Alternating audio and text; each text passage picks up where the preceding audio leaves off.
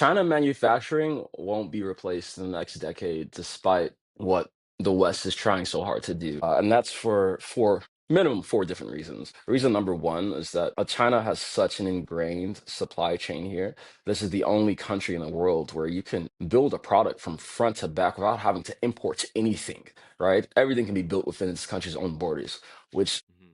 is an incredible feat of supply chain, of engineering, of expertise, of an industry developing over the last 45 years. Hmm. It's not easily replaceable. Number two, the Chinese work ethic is insane. Like we have this thing here called Jojo Liu, where basically you Hmm. work from 9 a.m. to 9 p.m. 6 days a week, and people do it.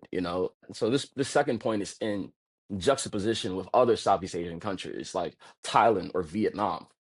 Like the Vietnamese and the Thai people, I feel like they have incredible lives and they enjoy their lives, right? They do not live to work.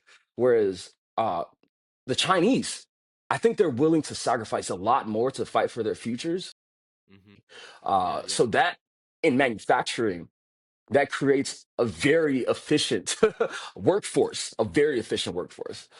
Point number three is the level of education in these different countries, right? The Chinese are hyper educated. Like everyone has master's degrees here. So when it comes to finding engineers who have the background necessary to run a manufacturing operation or to be technicians or to be process engineers, easy to find, very easy to find here. Harder to find in Vietnam and harder to find in Thailand. I think there's another point.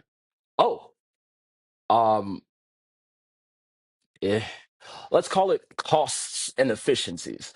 So, yes, it is the case where exporting your manufacturing to a place like Vietnam or Thailand, the cost of labor are lower for certain.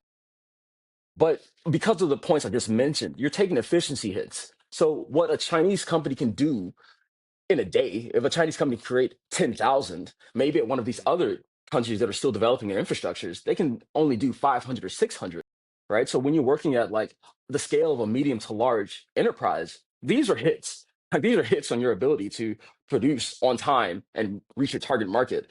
Um, so yeah, like because of these reasons and more that I'm currently forgetting, I think the Chinese they kind of have a moat on manufacturing that no amount of tariffs will change.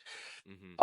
So I say that to say, for me, China is something that is to be understood.